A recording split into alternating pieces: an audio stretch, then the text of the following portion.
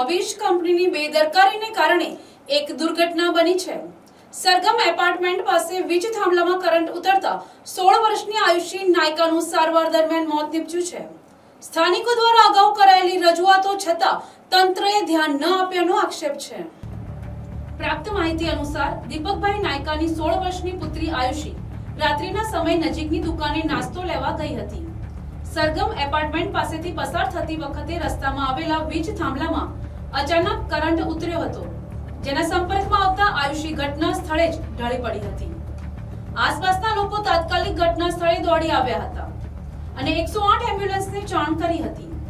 આયુષીને ગંભીર હાલતમાં civil hospital ખસેડવામાં આવી હતી, જ્યાં મોડી રાત્રે ટૂંકી સારવાર બાદ તેનું અવસાન થયું હતું। મૃતદેહને પોસ્ટમોર્ટમ માટે સિવિલ હોસ્પિટલના પીએમ રૂમમાં રાખવામાં આવી છે।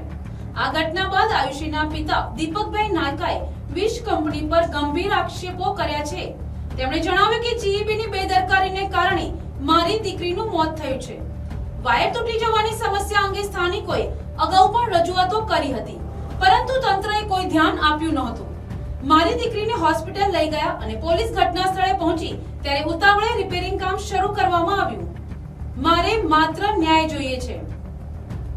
સ્થાનિકોમાં પણ વીજ કંપની પ્રત્યે ભારે રોષ જોવા મળી રહ્યો છે। લોકોનું કહેવું છે કે જો અગાઉની ફરિયાદો પર ધ્યાન અપાયું હોત તો આ દુર્ઘટના ટાળી શકાય હોત। પોલીસે આ મામલે અકસ્માતે મોતનો ગુનો નોંધી વધુ તપાસ હાથ ધરી છે।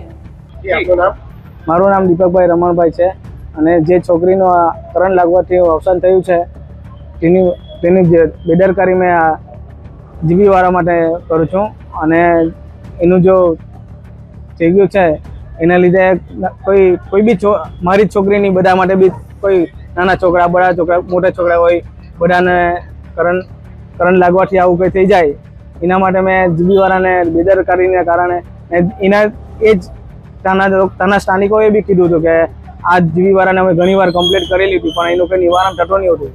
પછી થયું હતું એ કારણ કે મારી છોકરીને કરંટ લાગવા પછી એનું નિવારણ સાંજે થઈ ગયું। માંગ તો મારી ન્યાયની છે કે આની જો સારવાર ન્યાય મને મળે તો આજે કોઈ બીજી છોકરાને છોકરીને કોઈને નહીં થાય। Bureau report, NTC news, Navsari.